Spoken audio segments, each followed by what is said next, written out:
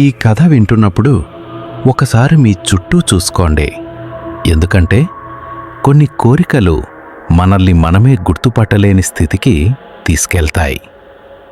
శేఖర్కి జీవితం నిండుగా ఉంది. 2 భార్యలు, 5 పిల్లలు, ఇల్లు నిండా మనుషులు.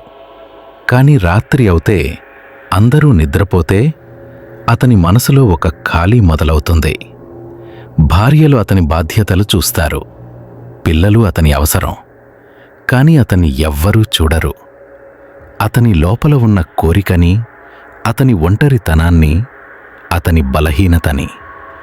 అలాంటి సమయంలోనే దివ్య కనిపించింది. దివ్య వయసు 20. చాలా సాధారణంగా ఉంటుంది.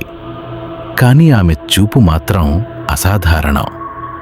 నేరుగా చూస్తుంది, కాని తీర్పు ఇవ్వదు. మొదటి రోజు ఆమె మాట్లాడలేదు. 2వ రోజు కూడా కాదు. 3వ రోజు మాత్రం అడిగింది, నీ ఇంట్లో ఇంతమంది ఉన్నా నువ్వు ఎందుకు ఒంటరిగా కనిపిస్తావు? ఆ ప్రశ్న శేఖర్ని కుదిపేసింది. ఎవరూ అడగని మాట అది. అక్కడ్నుంచి వాళ్ళిద్దరి మధ్య మాటలు మొదలయ్యాయి. తర్వాత మౌనాలు. ఆ మౌనాల్లోనే వాళ్ళిద్దరూ ఒకరికొకరు దగ్గరయ్యారు. దివ్య ఎప్పుడూ తన గురించి ఎక్కువ చెప్పేది కాదు. కాని శేఖర్ గురించి అన్నీ తెలిసినట్టే మాట్లాడేది. నీ 2వ భార్య నిన్న రాత్రి ఏడ్చింది అని ఒకరోజు చెప్పింది. నీ చిన్న కొడుకు భయంతో నిద్రలేచాడు. శేఖర్ షాక్ అయ్యాడు. నీకెలా తెలుసు అని అడిగాడు. దివ్య నవ్వింది. నువ్వు నాకు చాలా దగ్గర కదా. ఆ మాటలో ఏదో వింత చలి ఉంది. కాని శేఖర్కు అదే నచ్చింది. రోజులు గడిచే కొద్దీ అతను ఇంట్లో ఉన్న మనసు మాత్రం దివ్య దగ్గరే ఉండేది. ఆమె చూపు, ఆమె మాట, ఆమె మౌనం అన్నీ అతన్ని తన వైపు లాగేవి. ఒక రాత్రి దివ్య అతన్ని తన ఇంటికి పిలిచింది. ఆ ఇల్లు చాలా పాతది. గేటు తెరిచినప్పుడు ఇనుప శబ్దం గుండెల్లోకి దూరింది.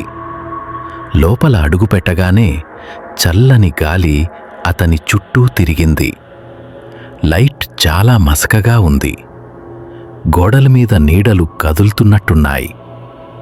దివ్య అతనికి చాలా దగ్గరగా నిల్చుంది.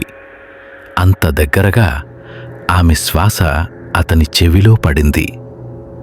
ఆ క్షణంలో శేఖర్కు తప్పు, ఉప్పు అన్న భావనే లేదు. అతనికనిపించింది, ఇదే తన జీవితంలో తనకే దక్కిన ఒక్క క్షణమని. అతను ఆమె చేతిని తాకాడు. ఆమె శరీరం చల్లగా అనిపించింది, అసహజంగా. కాని ఆమె నవ్వింది. అంతలో గదిలోని అద్దం నెమ్మదిగా కంపించింది. లైట్ ఒక్కసారిగా ఆరిపోయింది. దివ్య స్వరం మారింది. ఇక్కడ వరకే నువ్వు కోరుకున్నావు అంది నెమ్మదిగా. ఇక నుంచి నిన్ను కోరుకునేది నేను కాదు. చీకటిలో ఇంకో ఆకారం కదిలింది. మనిషిలా లేదు, నీడలా కూడా కాదు.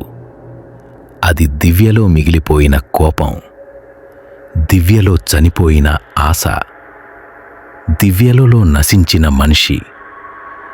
అప్పుడే ఆమె నిజం చెప్పింది. తనను ప్రేమిస్తానని చెప్పి తనను వాడుకుని చివరికి వదిలేసిన ఒక వ్యక్తి. అతను 2 భార్యలున్నవాడే. ఆ అవమానాన్ని తట్టుకోలేక ఈ ఇల్లులోనే ఆమె చనిపోయింది. ఆ రోజు నేను చనిపోలేదు, దివ్య అంది. మనిషిగా ఉండటం మానేశాను. శేఖర్ వెనక్కి తగ్గాడు, అరవబోయాడు. కాని గొంతు నుంచి శబ్దం రాలేదు. చీకటి మొత్తం గదిని కప్పేసింది. చెవిలో ఒక్క మాట వినిపించింది, నువ్వు నన్ను కోరుకున్నావు, ఇప్పుడు నిన్ను నేను వదలలేను. ఉదయం శేఖర్ ఇంటికి తిరిగి వచ్చాడు.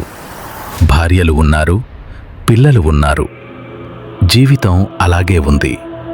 కాని శేఖర్ కళ్ళలో ఇప్పుడు భయం ఉంది. ఆ రాత్రి అద్దం ముందు నిల్చున్నప్పుడు తన వెనక దివ్య కనిపించింది. ఈసారి ఆమె ఒంటరిగా లేదు. ఆమె చుట్టూ ఇంకా చాలామంది. అందరి ముఖాల్లో శేఖర్ లాంటి చూపే. దివ్య నెమ్మదిగా అంది, నీలా కోరుకున్నవాళ్ళు ఇంకా ఉన్నారు. వాళ్ళని నా దగ్గరకు తీసుకొచ్చేది నువ్వే. అద్దంలో ఆమె చూపు ముందుకు వచ్చింది. ఇప్పుడే మొదలైందా? ఆ ప్రశ్నతోనే శేఖర్ కళ్ళు తెరిచాడు. చుట్టూ వెలుగు ఉంది. తన ఇల్లు, తన గది, పక్కన భార్య నిద్రపోతుంది. కలే అని అనుకున్నాడు. చేతులు చెమటతో తడిగా ఉన్నాయి. కాని అద్దంద వైపు చూసిన క్షణంలో అతని ఊపిరి ఆగిపోయింది. అద్దంలో తన ప్రతిబింబం లేదు. దివ్య ఉంది. ఈసారి ఆమె ముఖం స్పష్టంగా కనిపించింది.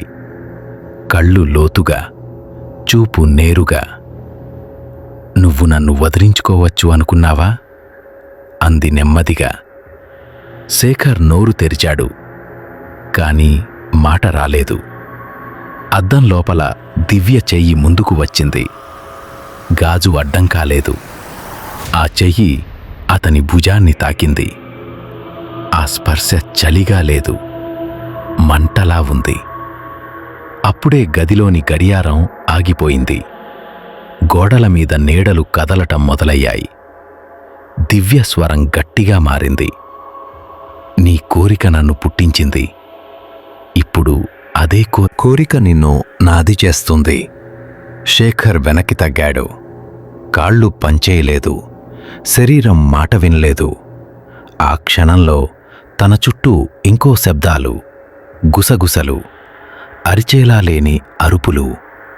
అద్దం మొత్తం చీకటిగా మారింది. అందులో ఒక్కొక్కటిగా ముఖాలు కనిపించాయి. ఎవరూ అపరిచితులు కాదు. తన ఆఫీస్ సహోద్యోగి, పక్కింటి వ్యక్తి, రోడ్డు మీద మాట్లాడిన యువకుడు. అందరి కళ్ళలో ఒకే చూపు. భయం కాదు, పశ్చాత్తాపం. వాళ్ళందర్నీ నువ్వే తీసుకొచ్చావు, దివ్య అంది. ఇప్పుడు నువ్వు కూడా వాళ్లతోనే. అద్దం లోపల్నుంచి చీకటి బయటకు వచ్చింది. గదిని నింపింది. శేఖర్ శరీరాన్ని కప్పేసింది. ఒక్క క్షణం అతను కనని తాను చూడగలిగాడు. అద్దం లోపల, బయట దివ్య నిల్చుంది. ఉదయం. ఇంట్లో అందరూ లేచారు. శేఖర్ గదిలోనే ఉన్నాడు. కళ్ళెత్తి చూస్తున్నాడు. కాని స్పందన లేదు. డాక్టర్ వచ్చాడు. తల ఊపాడు. శరీరం ఇక్కడే ఉంది, మనిషి లేదు. ఆ రాత్రి నుంచే ఆ పాత ఇల్లు దగ్గర ఒక కొత్త నీడ కనిపించడం మొదలైంది. ఆ నీడ మాట్లాడుతుంది, నవ్వుతుంది, నమ్మకం కలిగిస్తుంది.